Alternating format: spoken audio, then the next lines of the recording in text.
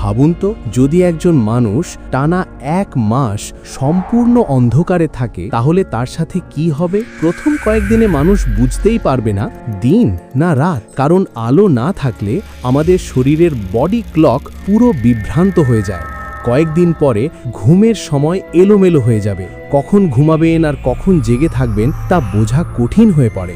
2-3 সপ্তাহ পরে শুরু হতে পারে মানসিক পরিবর্তন। অনেকেই অনুভব করবেন ভয়, উদ্বেগ এবং একাকিত্ব। কিছু ক্ষেত্রে মানুষ ভ্রম দেখতে শুরু করে, অর্থাৎ বাস্তবে কিছু না থাকলেও মনে হয় কিছু দেখা যাচ্ছে বা কেউ আছে।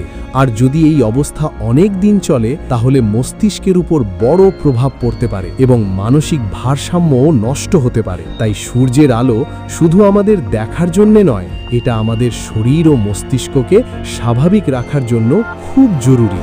এমন অদ্ভুত বৈজ্ঞানিক তথ্য জানতে সাবস্ক্রাইব করুন।